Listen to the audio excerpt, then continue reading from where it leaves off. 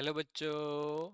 In given question, the variation of the instantaneous current and the instantaneous EMF in the circuit is shown in figure. ठीक है, which of the following statement is correct? तो हमें बताना है कि कौन आगे चल रहा है और कौन पीछे चल रहा है। ऑप्शन से ऑप्शन को देखते हुए ये हमें पता चल रहा है कि वोल्टेज या करंट दोनों में से कौन आगे चल रहा है और कितना आगे चल रहा है, इसके बारे में हमें बताना है। ठीक है, तो फिगर को हम देखते हैं और उसकी मदद से एक इक्वेशन लिखने की ट्राई करते हैं, जिसको हम लिखते हैं की कॉन्सेप्ट। यही होगा हमारे क्वेश्चन के लिए, क्योंकि फिगर पर से हमें इक्वेशन लिखनी आनी चाहिए कि कॉन्सेप्ट यही कहता है। तो ई के लिए देखो, ई कहां से स्टार्ट हो रहा है sir? E T is equal to zero पे है, जीरो पे। देखो ई, तो ई का इक्वेशन हम लिख सकते हैं E is equal to E zero sine zero पे है इसलिए पाई बाई टी प्लस करके कुछ भी नहीं। ठीक है, जीरो पे है इसलिए लिख देता हूं T is equal to zero पे, जीरो पे है वो भी जीरो पे। ठीक है, हाँ।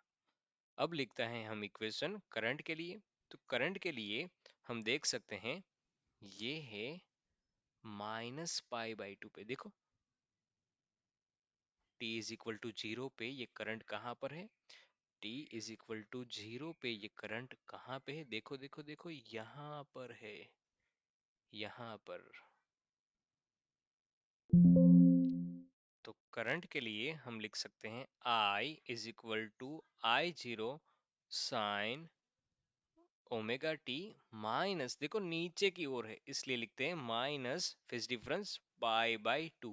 कहाँ की कंडीशन है? T is equal to zero की, और माइनस पाई बाई टू जितना नीचे इसलिए माइनस लगा दिया और पाई बाई टू। ठीक है, हाँ, ये बात पता चली। तो यहाँ से हम क्लियर कट समझ सकते हैं कि वोल्टेज है जो ई है वो आगे है, मतलब कि ई है वो लीड कर रहा है, ई लीड्स। ठीक है, तो ये एक बात हमें पता चल गई, और दूसरी बात पता चल रही है कि दोनों के बीच का अगर फेज डिफरेंस कैलकुलेट करेंगे तो वो आ रहा है zero minus minus pi by to, मतलब कि फेज डिफरेंस आ रहा है पाई बाई टू। तो ई लीड कर रहा है, और कितना लीड कर रहा है? पाई बाई टू जितना। तो voltage leads the current by pi by two. तो यहाँ से बी ऑप्शन हमारा सही हो जाएगा। I think you all guys are understand. Thank you.